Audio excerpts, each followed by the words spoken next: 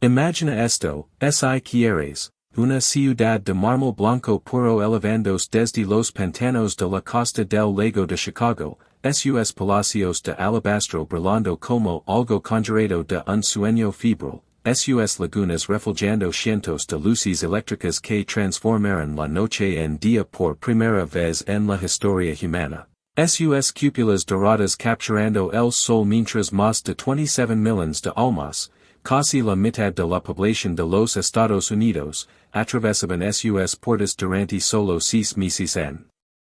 1893, creyendo que habían vislumbrado el paraíso mismo, creyendo que estaban en el umbral de una nueva era dorada donde el arte y la industria se unirían para elevar a la humanidad hacia la perfección, pero lo que no podían ver, lo que no se suponía que vieran, era la verdad más oscura escondida detrás de esas fachadas blancas relucientes. Que cada edificio magnífico estaba construido no de mármol en absoluto sino de una sustancia teatral barata llamada staff, una mezcla de yeso, cemento y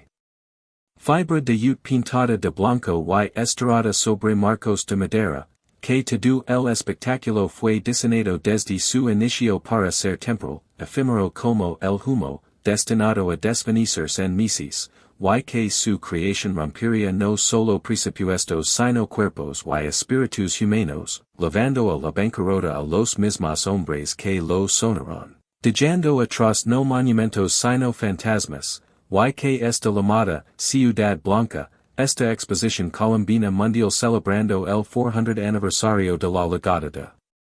Colón a América, atormentaría la arquitectura y la planificación urbana estadounidense por generations, proyectando lo que un arquitecto perspicaz llamó una nube blanca, suya sombra oscurecería el espíritu creativo de la nación durante medio siglo. La historia realmente comienza no en triunfo sino en tragedia, en una habitación de hotel de Chicago en enero de 1891, donde John Wellborn Root, el brillante arquitecto de 41 años que había codiseñado el trazado de la feria y quien muchos consideraban el diseñador más talentoso de su generación, yacía muriendo de pneumonia después de regresar de un viaje de negocios a Atlanta, su mente febril quizás todavía corriendo con visions de la ciudad imposible que él y su socio Daniel Burnham habían sido encargados de crear, y mientras Root daba sus últimas respiraciones laboriosas el 15 de enero de 1891, todo el establecimiento arquitectónico de Chicago entró en shock, los periódicos proclamando que la ciudad había perdido no solo un arquitecto sino su arquitecto diseñador más distinguido, y Burnham, ahora repentinamente solo, enfrentaba el peso aplastante de construir el emprendimiento arquitectónico más grande en la historia estadounidense sin el genio creativo que había concebido su carácter esencial, el hombre que había argumentado apasionadamente que la feria debería mostrar una voz arquitectónica distintivamente estadounidense, algo orgánico y original que anunciaría al mundo que los Estados Unidos finalmente habían alcanzado la madurez culturalmente, sin necesidad de pedir prestados los lenguajes estéticos de Europa. Pero Root se había ido, y en su ausencia, Burnham tomó una decisión fatídica que resonaría a través de las décadas, invitó a la vieja guardia de la arquitectura estadounidense, entrenada en la tradición Beaux-Arts de París, empapada en el vocabulario clásico de la antigua Roma y la Italia del Renacimiento, a diseñar los edificios principales de la feria. Y estos hombres, incluyendo al formidable Richard Morris Hunt, Charles McKim, y otros del establecimiento arquitectónico del Este, descendieron sobre Chicago con una visión singular de grandeza neoclásica que habría hecho llorar a César de reconocimiento, y eligieron en Jackson Park, un desolado páramo pantanoso en la costa sur del lago de Chicago, como su lienzo, 630 acres de marismas y dunas de arena que el arquitecto paisajista Frederick Law Olmsted, y famoso por diseñar el Central Park de Nueva York, tendría que transformar a través de pura fuerza de voluntad y un ejercicio de trabajadores en algo que se asemejara a los jardines de Versalles. Ahora bien, Aquí es donde el costo humano comienza a revelarse, donde el cuento de hadas comienza a mostrar sus colmillos. Construir esta ciudad fantástica temporal requirió una fuerza laboral masiva, en gran parte inmigrante, albañiles italianos, trabajadores irlandeses, carpinteros polacos, hombres desesperados por trabajo en una ciudad que ya se tambaleaba al borde del desastre económico, y estos trabajadores, cuyos nombres han sido en gran medida borrados de las historias oficiales. Trabajaron arduamente a través de brutales inviernos de Chicago y veranos sofocantes, vadeando agua helada para clavar pilotos en el suelo inestable de la costa del lago, mezclando y aplicando tonelada tras tonelada de ese material teatral, staff, esculpiéndolo en cornisas y capiteles y caryatides que desde la distancia parecen trabajo de piedra de siglos de antigüedad pero de cerca se revelaban como poco más que papel maché pintado, y el Bureau Médico Oficial de la Exposición Colombina. Informaría más tarde solo 32 muertes durante la construcción, pero esta cifra es casi con certeza una subestimación grotesca, ya que no tiene en cuenta a los trabajadores que murieron semanas después por lesiones, aquellos que simplemente desaparecieron de las listas, los inmigrantes cuyas muertes no fueron reportadas porque no tenían papeles. No tenían familias para reclamarlos, no tenían poder para exigir una investigación, y los historiadores laborales ahora creen que el número real de muertos puede haber sido varias veces mayor, con decenas más permanentemente mutilados o lisiados, sus cuerpos sacrificados en el altar de la ambición arquitectónica, su sufrimiento invisible para los millones que más tarde caminarían a través de las puertas relucientes y se maravillarían con la belleza que su sangre y sudor habían creado. La escala del emprendimiento fue simplemente asombrosa, casi incomprensible para la mente moderna. Más de 200 edificios tuvieron que ser diseñados, ingenierizados y construidos en solo 3 años. 14 salones de exhibición principales incluyendo el edificio de manufacturas que en ese momento era el espacio cerrado más grande jamás construido por manos humanas, cubriendo 44 acres bajo un solo techo, una estructura tan vasta que los visitantes reportaban centros maridos tratando de comprender sus dimensions, y luego estaba el edificio de maquinaria con sus revolucionarios arcos de acero que se extendían 368 pies, el edificio de electricidad mostrando el nuevo poder de la corriente alterna que pronto transformaría cada aspecto de la vida moderna. El edificio de agricultura mostrando la abundancia de los granos estadounidenses en el momento preciso en que esas granos estaban fracasando por miles debido a la depresión económica, el edificio de transporte diseñado por Louis Sullivan con su radical, Puerta Dorada, que rompía con el clasicismo blanco monótono de las otras estructuras y susurraba indicios de una arquitectura estadounidense más orgánica que podría haber sido. Si root hubiera vivido, si hubieran tomado diferentes decisiones. Si las fuerzas conservadoras del clasicismo europeo no hubieran ganado la batalla estética, y por supuesto la imponente rueda de la fortuna, 264 pies de altura, diseñada por el ingeniero George Washington Gale Ferris Jr.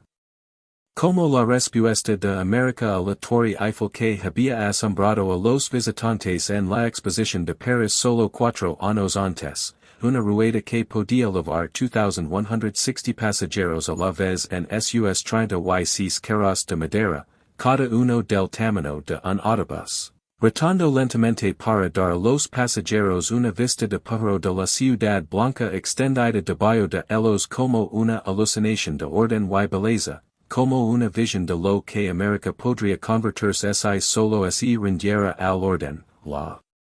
jerarquía y la estética clásica europea. Pero incluso mientras esta ciudad de ensueño tomaba forma.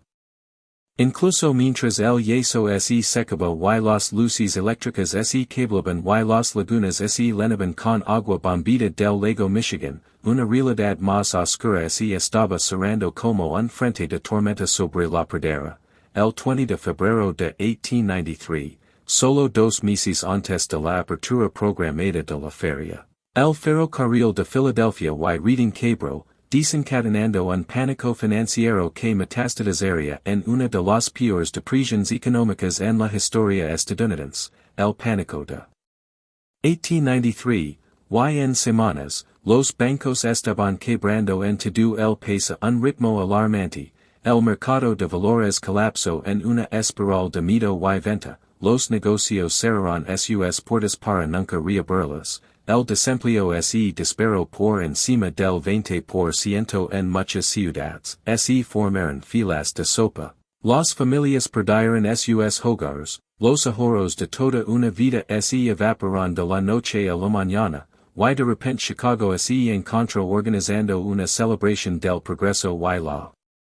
prosperidad estadounidense en el momento preciso en que miles de estadounidenses estaban perdiendo sus trabajos, sus ahorros, sus hogares, su fe en el mismo sistema económico que la feria estaba destinada a glorificar, y esta disonancia cognitiva, esta brecha entre la promesa reluciente de la feria y la realidad sombría de la nación, atormentaría la exposición durante toda su duración, creando una sensación inquietante de que la Ciudad Blanca no era una vista previa del futuro sino más bien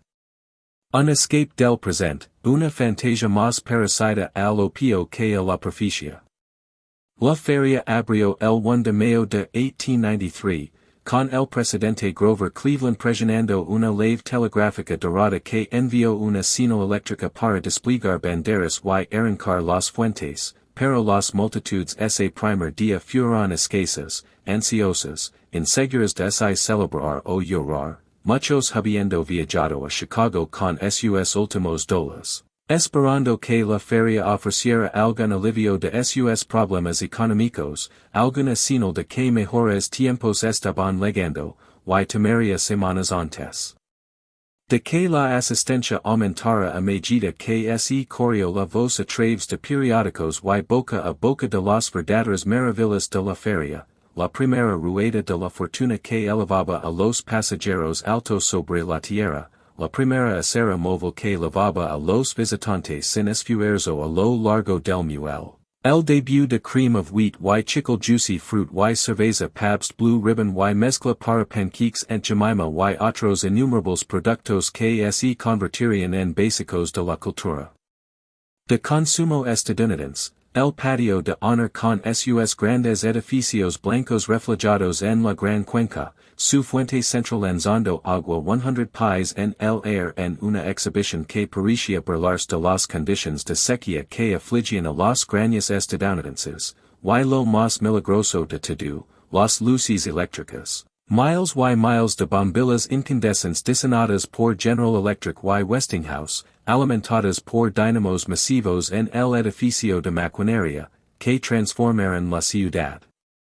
Blanca en una constelación resplandeciente visible por miles a través de la pradera oscura, un espectáculo que dejó a los visitantes llorando abiertamente, incapaces de procesar lo que sus ojos les mostraban. Muchos de ellos nunca habían visto luz eléctrica antes, habiendo vivido todas sus vidas con velas y luz de gas, creyendo que estaban presenciando algo cercano a la magia divina, algo que probaba que la humanidad finalmente había conquistado la oscuridad misma, finalmente había alcanzado dominio sobre la naturaleza a través de la tecnología y el ingenio. Durante los siguientes 6 meses, la feria atraería esos 27 millones de visitantes, un número asombroso que representaba casi la mitad de la población de los Estados Unidos, y venían de todas partes, granjeros de Iowa viendo su primer elevator, inmigrantes de Europa del Este descubriendo América a través de esta fantasia curada, familias adineradas de Boston y Filadelfia recorriendo con sus mejores ropas, científicos y artistas y políticos y soñadores y estafadores y criminals, todos ellos moviéndose a través de esta ciudad temporal que prometía un futuro de progreso tecnológico ilimitado casado con belleza clásica refinada, un futuro donde las máquinas liberarían a la humanidad del trabajo pesado y la arquitectura clásica proporcionaría elevación espiritual, donde el poderío industrial estadounidense vestiría con refinamiento estético europeo, pero incluso mientras así. Maravillaban, incluso mientras compraban sus recuerdos y montaban la rueda de la fortuna y asistían a los espectáculos cuidadosamente orquestados en los diversos pabellones, había verdades que la feria ocultaba activamente, exclusiones que revelaban las profundas fisuras en la sociedad estadounidense que ninguna cantidad de yeso blanco podía cubrir. Los afroamericanos, a pesar de constituir una porción sustancial de la población de Chicago y a pesar de los urgentes llamados de Frederick Douglass, Ida B. Wells, y otros líderes de derechos civiles, fueron sistemáticamente excluidos de participación significativa en la feria, les negó su propio espacio de exhibición a pesar de las solicitudes repetidas, relegados a roles de servicio en restaurantes y como porteadores o presentados en exhibiciones etnográficas junto con pueblos primitivos de todo el mundo, su propia humanidad cuestionada por exhibiciones que presentaban la evolución como una jerarquía con los europeos blancos.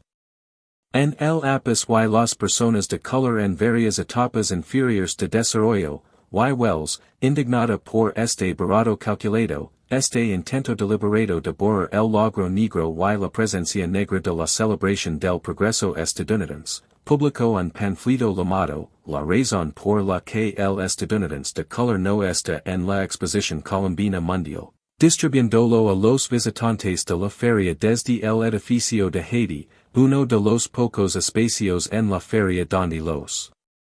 estadounidenses negros eran bienvenidos, y exponiendo la hipocresía de una celebración del logro estadounidense que se negaba a reconocer las contribuciones y la existencia misma de millones de sus ciudadanos. Las personas que habían construido la nación a través de la esclavitud y continuaban construyéndola a través de su trabajo a pesar de que se les negaban derechos básicos y dignidad. Y luego estaba la arquitectura misma, que ya se estaba convirtiendo en una fuente de amarga controversia entre aquellos que entendían lo que estaba en juego para la cultura estadounidense. Louis Sullivan, quien más tarde sería llamado el padre del rascacielos, y cuyo edificio de transporte fue una de las pocas estructuras en romper con el vocabulario clásico impuesto, miró la Ciudad Blanca con creciente horror cuando la feria abrió, escribiendo más tarde con furia apenas suprimida que, el daño causado por la feria mundial durara medio siglo desde su fecha, no más, porque entendía con terrible claridad que este giro retrogrado hacia el clasicismo europeo, este rechazo total de la voz arquitectónica estadounidense emergente que el y Root y otros habían estado desarrollando en los revolucionarios edificios altos de Chicago. Retrasaría el destino estadounidense por generations, entrenaría a una nueva cohorte de arquitectos a creer que la grandeza solo podía lograrse copiando la antigua Roma, que la innovación era menos valiosa que la imitación, que el destino cultural de América era permanecer para siempre como un puesto provincial de Europa en lugar de desarrollar su propia voz auténtica, y tenía razón. La feria lanzó el movimiento, Ciudad Hermosa, y durante los siguientes 50 años, las ciudades estadounidenses estarían llenas de bancos neoclásicos y estaciones de tren y bibliotecas y edificios gubernamentales, monumentos a un pasado europeo en lugar de expresiones del presente y futuro estadounidense, y los arquitectos modernistas pasarían décadas tratando de liberarse de lo que Sullivan había llamado proféticamente la nube blanca de la influencia de la feria, esa manta sofocante de clasicismo conservador que ahogó la innovación arquitectónica y la autenticidad cultural. La feria cerró oficialmente el 30 de octubre de 1893, después de 6 meses que habían visto tanto triunfo como tragedia, números de asistencia espectaculares pero también luchas financieras, maravillas tecnológicas pero también sufrimiento humano, y el desmantelamiento así suponía que comenzaría inmediatamente. Los edificios temporales serían derribados y los materiales vendidos como salvamento, pero aquí es donde la historia se vuelve verdaderamente oscura, donde la naturaleza temporal de esta Ciudad de Ensueño se convierte en una pesadilla que reclamaría en más vidas. El 10 de julio de 1893, mientras la feria todavía estaba operando en el apogeo del verano, un fuego catastrófico estalló en el edificio de almacenamiento en frío. Un almacén en el borde del recinto ferial donde se fabricaba hielo para evitar que las exhibiciones de alimentos se echaran a perder en el calor, y a pesar de los esfuerzos de cientos de bomberos de Chicago y pueblos vecinos, el incendio se propagó rápidamente a través de la estructura de madera, matando a 12 bomberos y 3 civiles que quedaron atrapados cuando la torre del edificio colapsó. Las llamas visibles por miles a través de la pradera plana, el humo elevando sobre la Ciudad Blanca como un presagio de perdición, como un recordatorio de que toda esta belleza estaba construida sobre materiales combustibles, que toda la fantasía podía incendiarse en un instante, y ese incendio debería haber servido como advertencia sobre la inflamabilidad de estas estructuras de yeso y madera. Debería haber provocado medidas de seguridad inmediatas y sistemas de supresión de incendios, pero no se hizo nada, no se implementaron cambios significativos, porque los edificios eran temporales, desechables, nunca destinados a durar más allá de los 6 meses de duración de la feria. Y los organizadores de la feria calcularon que era más barato aceptar el riesgo de incendio que invertir en medidas de seguridad apropiadas para estructuras que pronto serían demolidas de todos modos. Un análisis de costo-beneficio que valoraba la propiedad sobre la vida humana, la eficiencia sobre la seguridad, el beneficio sobre las personas. Y efectivamente, el 8 de enero de 1894, solo meses después de que la feria cerrara y las multitudes partirán y el sueño se desvaneciera, otro incendio masivo estalló en los recintos feriales desiertos, comenzando en el edificio del casino cerca de la orilla del lago y barriendo a través del peristilo y el salón de música antes de saltar al gran edificio de manufacturas, y durante 3 horas las llamas arrasaron a través del patio de honor, consumiendo en una sola noche lo que había tomado 3 años y millones de dólares y sufrimiento humano incalculable construir. Los bomberos parados impotentes mientras las fachadas de yeso se derrichan como cera y los marcos de madera colapsaban hacia adentro con estruendos atronadores y todo el extremo oriental de la Ciudad Blanca quedaba reducido a maderas ennegrecidas y cenizas y metal retorcido. Y los relatos contemporáneos describen el espectáculo como tanto horripilante como extrañamente hermoso, los edificios en llamas proyectando un resplandor naranja a través de la nieve invernal, las llamas reflejadas en las lagunas congeladas, las columnas clásicas desmoronándose como la queda de Roma misma, y algunos observadores reportaron sentir alivio, como si el fuego estuviera purgando algo impuro, quemando una hermosa mentira para revelar la ceniza de Bayo. Más incendios seguirían a lo largo de 1894, cada uno consumiendo más de la Ciudad Blanca, y en lugar de reconstruir o preservar lo que quedaba, en lugar de tratar de mantener esta visión de belleza para las generaciones futuras, la ciudad de Chicago tomó una decisión que dice mucho sobre la verdadera naturaleza de la feria, sobre lo que realmente significaba.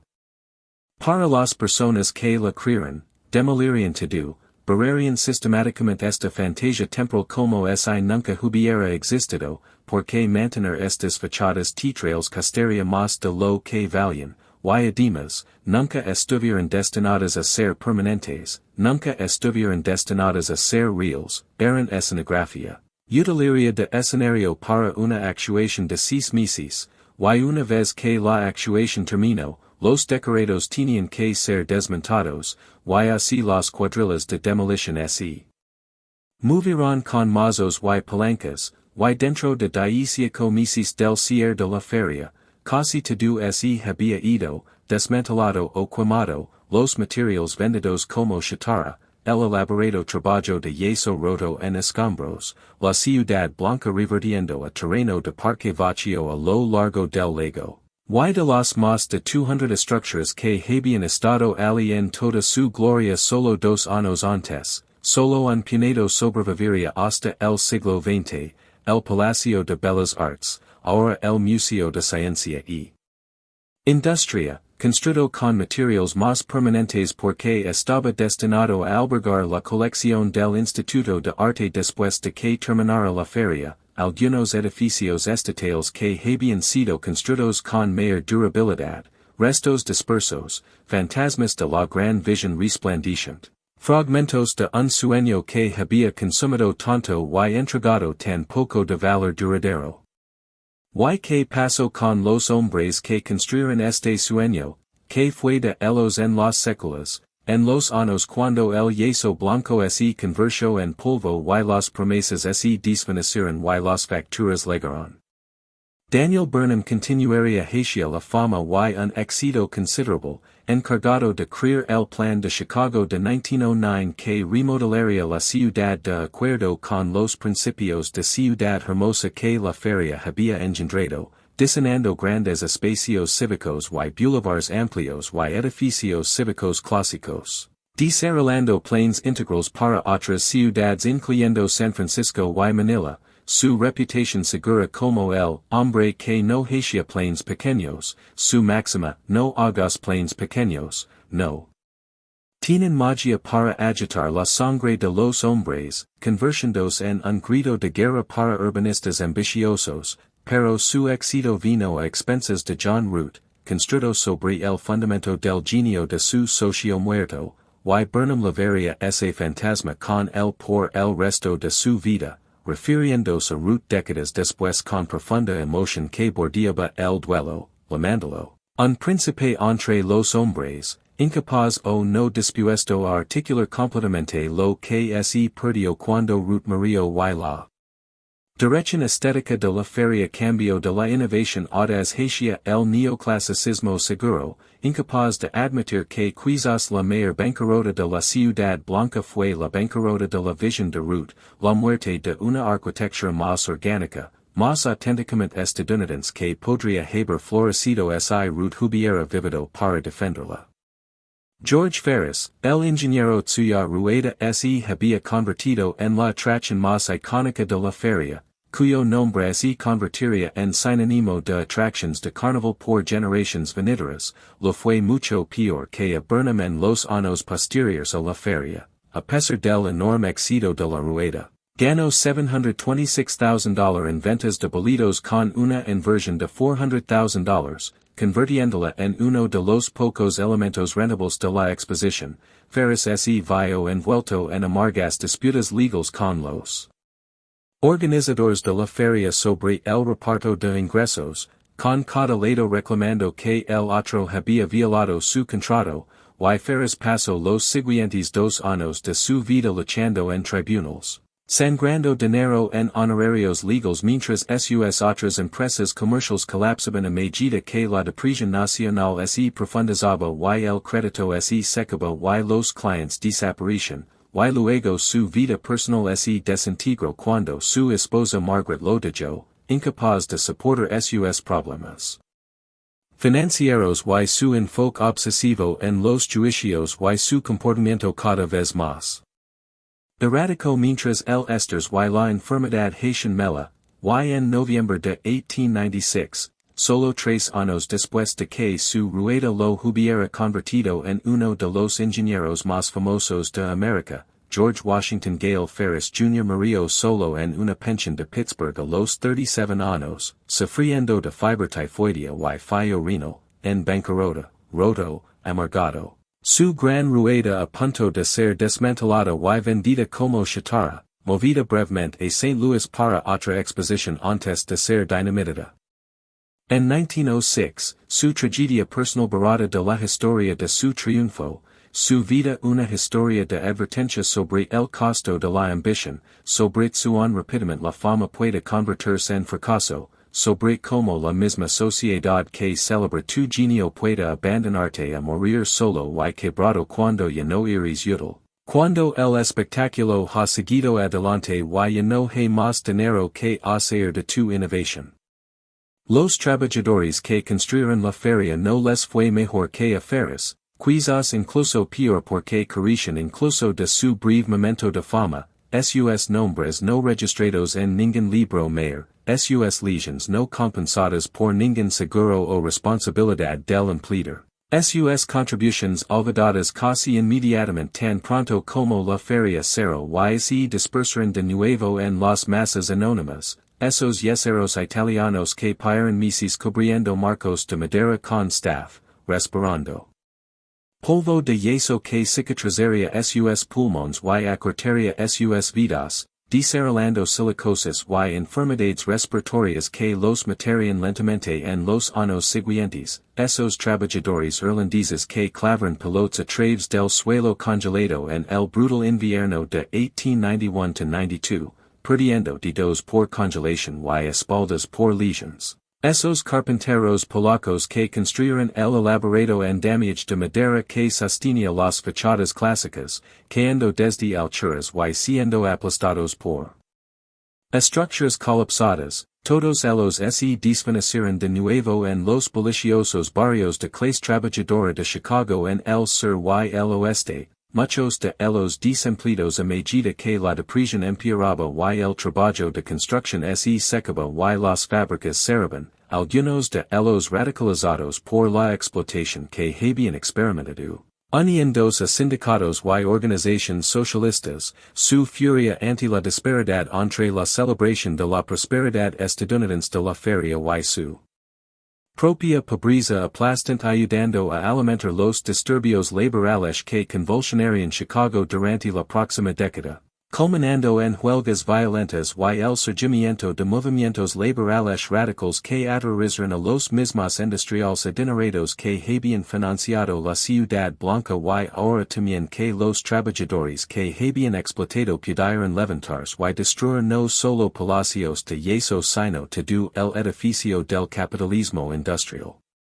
Incluso el paisaje que Frederick Law Olmsted creó, su transformación de pantano y arena en lagunas y jardines y senderos sinuosos, sería preservado imperfectamente después de que terminara la feria, gran parte de Jackson Park revertiendo a matorrales y abandono a medida que la atención y los recursos de la ciudad se dirigían a otra parte. Su visión de un parque público permanente accesible a todas las clases y sirviendo como espacio democrático para la recreación y la reflexión en gran parte abandonada en favor de preocupaciones más apremiantes, aunque su influencia en la arquitectura paisajística estadounidense resultaría profunda y duradera. Su asociación con Burnham en la feria ayudando a establecer el principio de que arquitectos y arquitectos paisajistas deberían trabajar juntos para crear espacios urbanos coherentes en lugar de tratar edificios y paisajes como elementos separados, un principio que daría forma a la planificación urbana y el diseño de parques estadounidenses. Por generaciones y permanece influyente incluso hoy. YKH del legado más amplio de la feria, su larga sombra a través de la cultura estadounidense y la arquitectura y la planificación urbana, su fantasma que todavía no se tormenta más de un siglo después. Louis Sullivan había tenido razón al advertir que su daño duraría medio siglo, aunque incluso él podría haber subestimado su influencia perniciosa, el éxito abrumador de la feria, su capacidad para atraer 27 millones de visitantes y capturar la imaginación nacional a pesar de ocurrir durante una depresión económica, convenció a una generación de arquitectos, planificadores y clientes adinerados de que la belleza y la legitimidad solo podían lograrse a través de la imitación del clasicismo europeo, que las ciudades estadounidenses deberían aspirar a parecerse a Roma o París en lugar de desarrollar su propio carácter arquitectónico indígena, que la innovación era menos valiosa que la tradición, que el futuro debería parecerse al pasado. Y este impulso retrogrado dominaría la arquitectura institucional estadounidense hasta después de la Segunda Guerra Mundial, cuando el modernismo finalmente rompió el renacimiento clásico y barrió los últimos edificios beaux-arts a favor del vidrio. Y el acero y el concreto, aunque incluso entonces, el dano estaba hecho, la oportunidad de desarrollar un lenguaje arquitectónico verdaderamente estadounidense en la década de 1890 y principios de 1900 se había perdido, desperdiciada en nostalgia de yeso y imitación europea. Y la arquitectura estadounidense pasaría décadas tratando de recuperarse de la influencia de la Ciudad Blanca, tratando de encontrar una voz auténtica que no hiciera eco de templos griegos o foros romanos. La Feria también estableció patrones de desarrollo urbano que persisten hasta nuestros días y que podemos ver reflejados en ciudades de toda América y alrededor del mundo. La idea de que las ciudades deberían tener grandes centros cívicos con edificios clásicos dispuestos alrededor de espacios ceremoniales. El concepto de planificación urbana integral que trata la ciudad como un todo unificado en lugar de una acreción orgánica de barrios, el matrimonio de la arquitectura y la arquitectura paisajística en un diseño total, el uso de ferias mundiales y mega eventos como las Olimpiadas como catalizadores para la transformación urbana y como oportunidades para rehacer ciudades de acuerdo con grandes visions, y quizás lo más insidioso. El modelo de crear entornos espectaculares temporales diseñados para máximo impacto visual en lugar de beneficio social a largo plazo, espacios destinados a deslumbrar en lugar de servir, a actuar prosperidad en lugar de distribuirla, y este modelo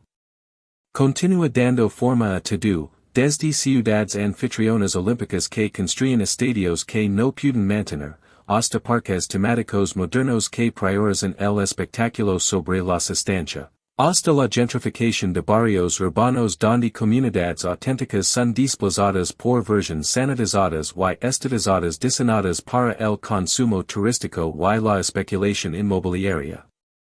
La exclusión de los afroamericanos de la participación significativa en la feria también estableció un patrón de barato racial en eventos culturales estadounidenses importantes que persistiría por décadas y que podemos rastrear hacia adelante a través de la historia, la visión completamente blanca de la Ciudad Blanca del Progreso y la civilización estadounidense. Su presentación de la jerarquía racial como hecho científico, su relegación de los estadounidenses negros a roles de servicio o exhibiciones etnográficas, todo esto ayudó a codificar las jerarquías raciales en el momento preciso en que la reconstrucción había fracasado y Jim Crow estaba siendo implementado sistemáticamente en todo el sur y extendiéndose al norte, y el panfleto de protesta de Ida B. Wells, ignorado por la mayoría de los visitantes blancos de la feria que no querían que su disfrute del espectáculo fuera estropeado por verdades incómodas sobre el racismo y la exclusión, se convertiría en un documento fundacional del activismo de derechos civiles del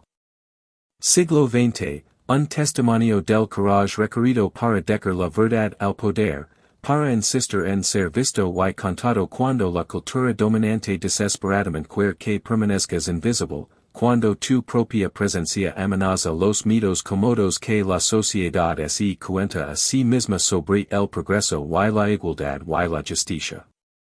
Y hay otro legado, todavía más oscuro, más gótico y perturbador, conectado a la feria por algo más que solo tiempo y geografía. Mientras millones de visitantes se maravillaban con la belleza de la Ciudad Blanca y asisten a conferencias y exhibiciones que prometen un futuro brillante, un joven llamado Herman Webster Mudgett, usando el alias Dr. H. Holmes, estaba operando un castillo asesino a solo unas millas de distancia en el vecindario de Englewood, un hotel que había diseñado y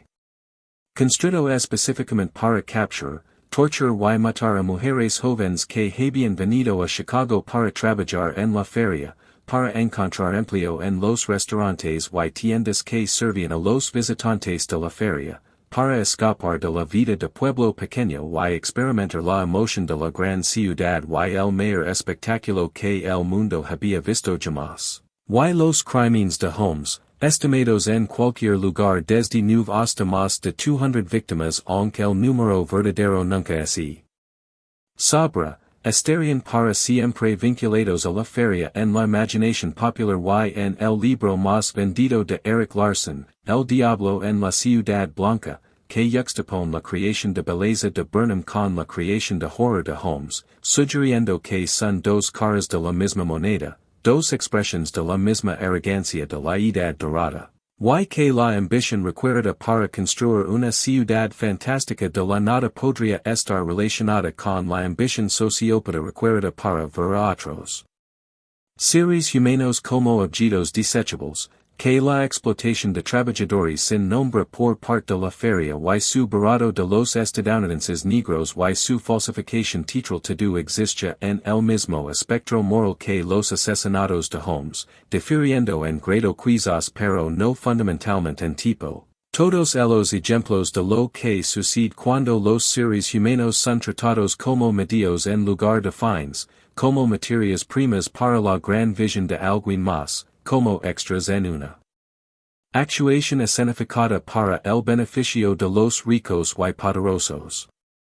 Hoy, caminando por Jackson Park en el lado sur de Chicago en una tarde tranquila cuando el ruido del tráfico se desvanece y puedes escuchar las olas del lago Michigan, puedes encontrar restos dispersos de la feria de 1893 si sabes dónde buscar y qué estás buscando. El Museo de Ciencia y Industria ocupando el antiguo Palacio de Bellas Artes. Su exterior restaurado a algo que se aproxima a la grandeza original aunque el interior ha sido completamente transformado, ahora albergando no arte sino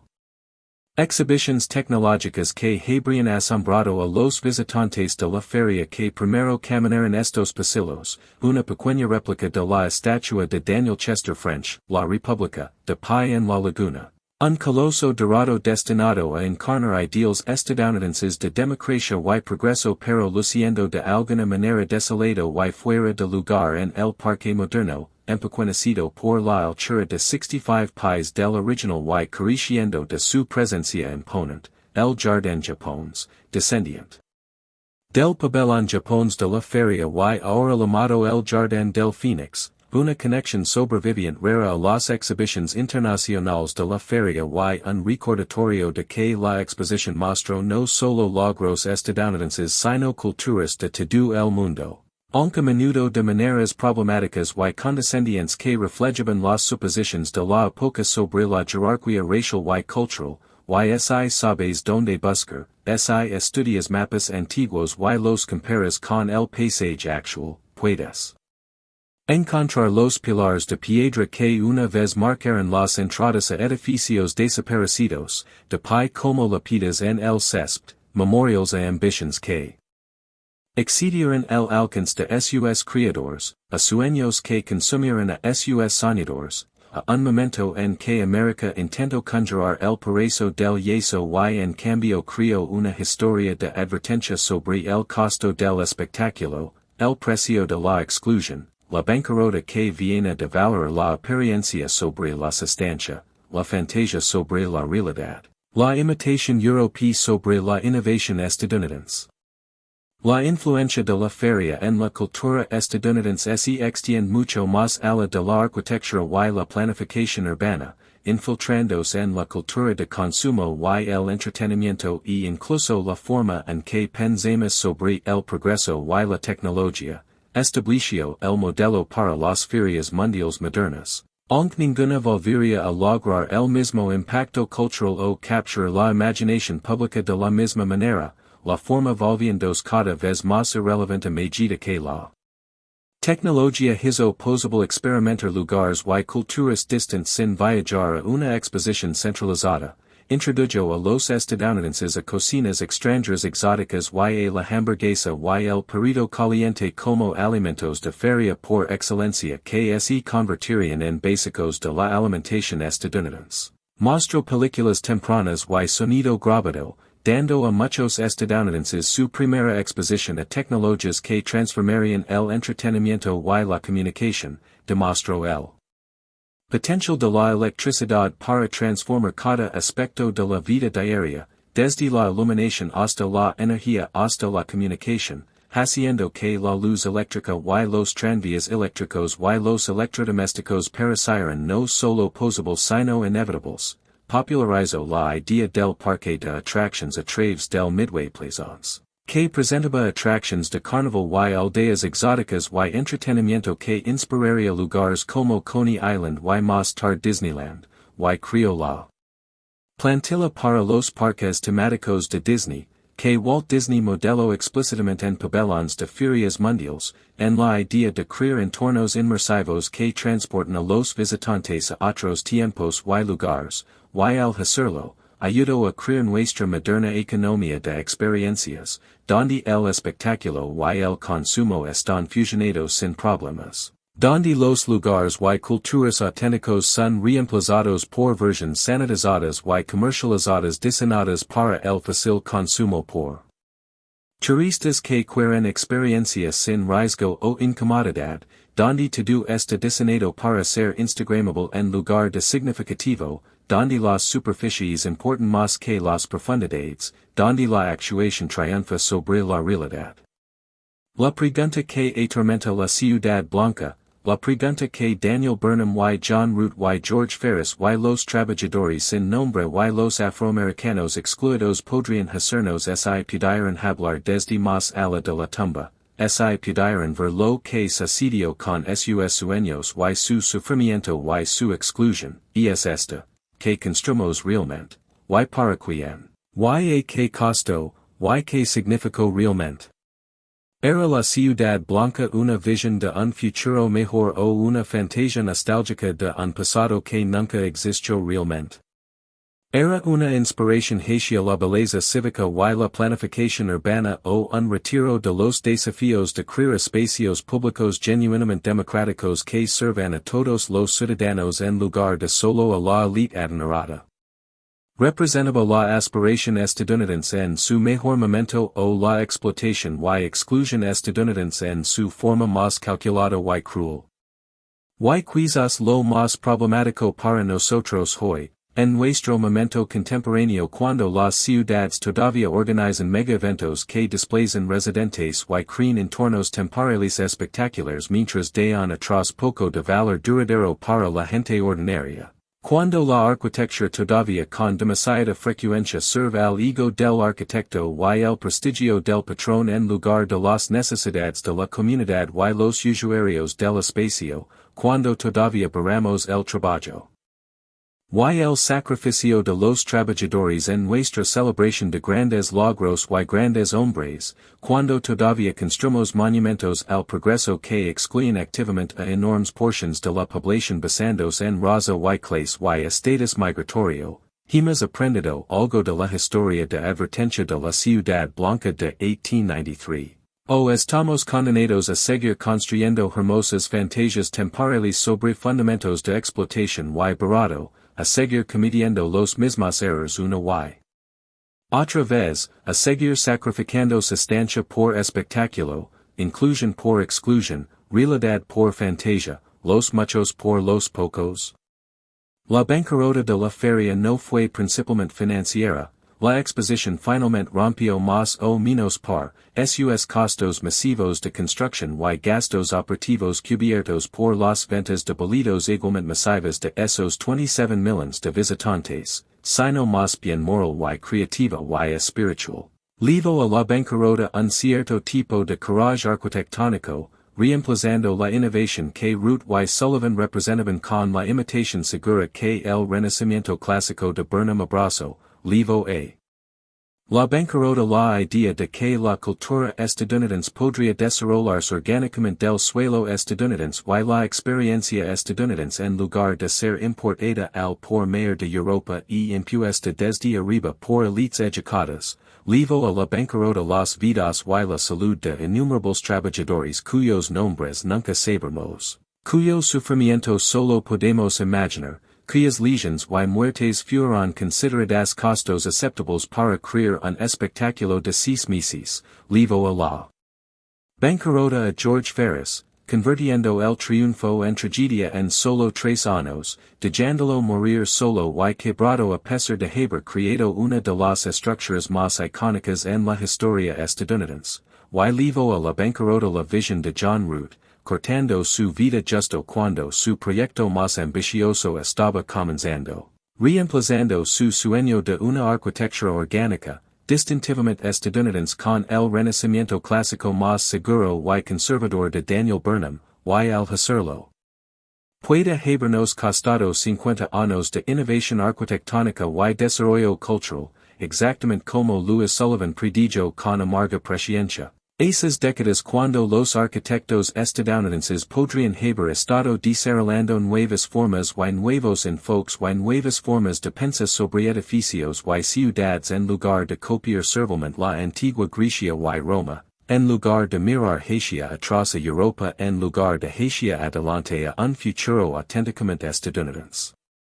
Pero quizás la mayor bancarrota de la feria, la que todavía no se tormenta hoy, la que aún no hemos abordado o reconocido completamente, fue imaginativa y moral, convenció a generaciones de estadounidenses de que la belleza, el progreso y la civilización solo podían verse de una manera, blanca, clásica, europea, ordenada, monumental, jerárquica, y al hacerlo, empobreció nuestra imaginación colectiva, haciendo más difícil ver belleza en otras formas, en la arquitectura orgánica que Sullivan y Frank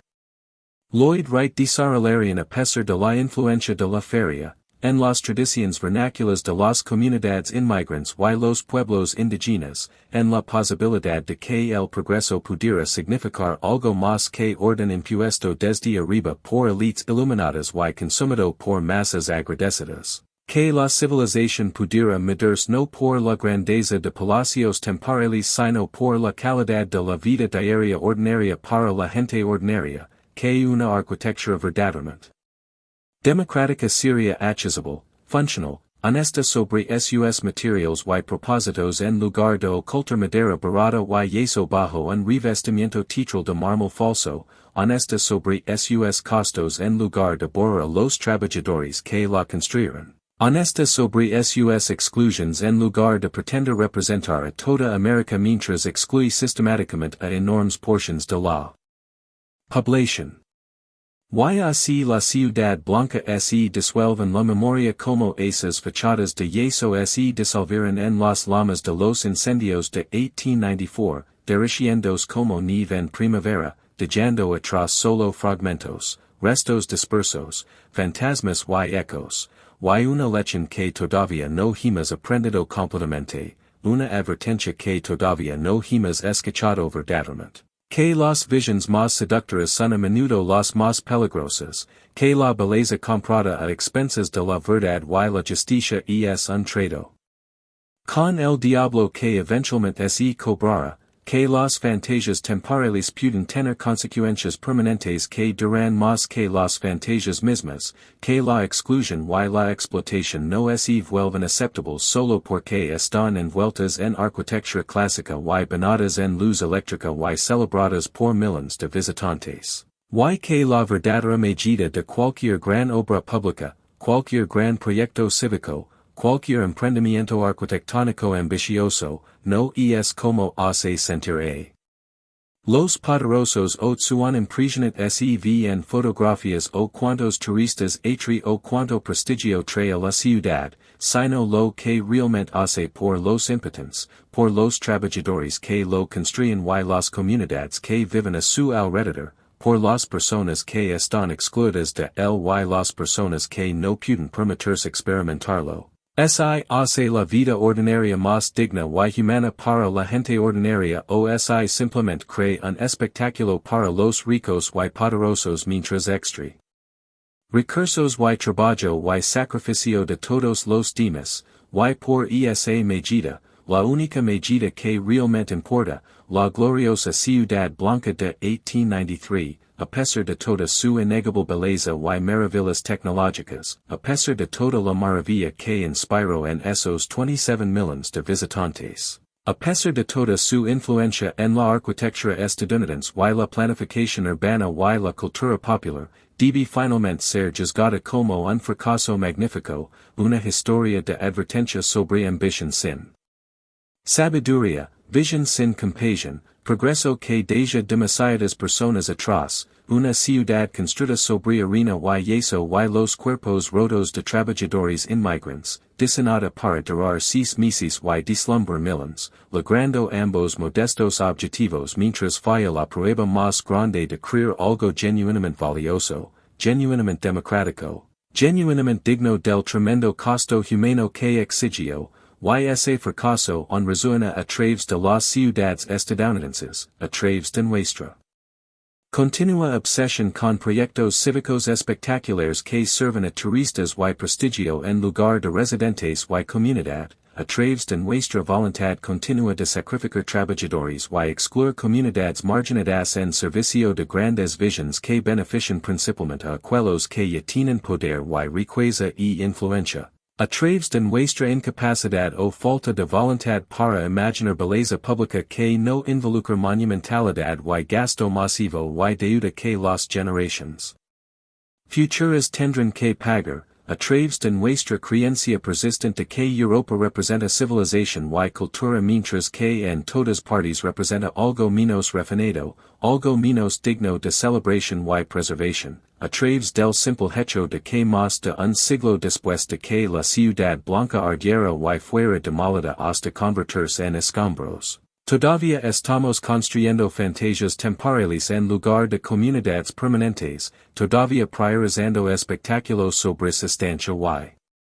superficie sobre profundidad, todavía olvidando los nombres de las personas que realmente hacen la construcción y el sufrimiento mientras celebramos los nombres de los hombres que simplemente suenan y dirigen y toman crédito. Todavía aprendiendo las lecciones equivocadas de la historia cuando nos molestamos en aprender algo, o peor, no aprendiendo ninguna lección en absoluto, condenados a repetir los mismos errores una y otra vez, a seguir construyendo nuestras ciudades blancas sobre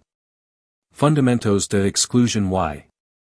explotación, a seguir llevando a la bancarrota vidas y espíritus en busca de visions que benefician a los pocos a expensas de los muchos, a seguir eligiendo fantasias sobre realidad, espectáculos sobre servicio, monumentos sobre comunidad, y al hacerlo, a seguir falando la prueba más básica de la civilización, que es simplemente esto. Tratamos a todos los seres humanos como fines en sí mismos, como personas cuyas vidas y dignidad y humanidad importan, o los tratamos como medios para los fines